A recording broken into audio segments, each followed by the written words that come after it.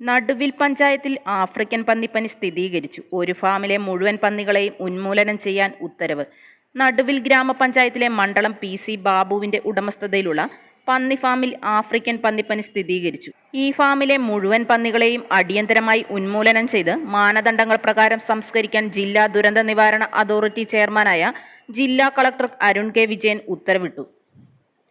പഞ്ചായത്തിൽ രോഗം സ്ഥിരീകരിച്ച പന്നി ഫാമിന് ചുറ്റുമുള്ള 1 കിലോമീറ്റർ പ്രദേശം രോഗബാധിത പ്രദേശമായും 10 കിലോമീറ്റർ ചുറ്റളവ് രോഗനിരീക്ഷണ മേഖലയായും കളക്ടർ പ്രഖ്യാപിച്ചു.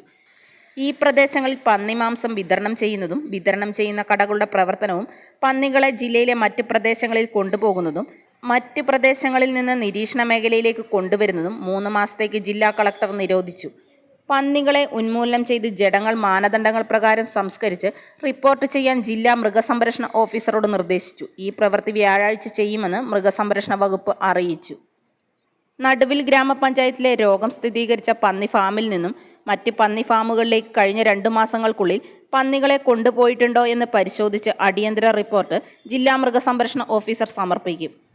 മറ്റ് സംസ്ഥാനങ്ങളിൽ നിന്നും ജില്ലകളിൽ നിന്നും പന്നിമാംസവും പന്നികളെയും അനധികൃതമായി ജില്ലയിലേക്ക് കടത്താൻ സാധ്യതയുള്ളതിനാൽ ചെക്ക് പോസ്റ്റുകളിലും ജില്ലയിലേക്കുള്ള മറ്റ് പ്രവേശന മാർഗങ്ങളിലും പോലീസുമായും RTOയുമായും ചേർന്ന് മൃഗസംരക്ഷണ വകുപ്പ് കർശനമായ പരിശോധന നടത്തും.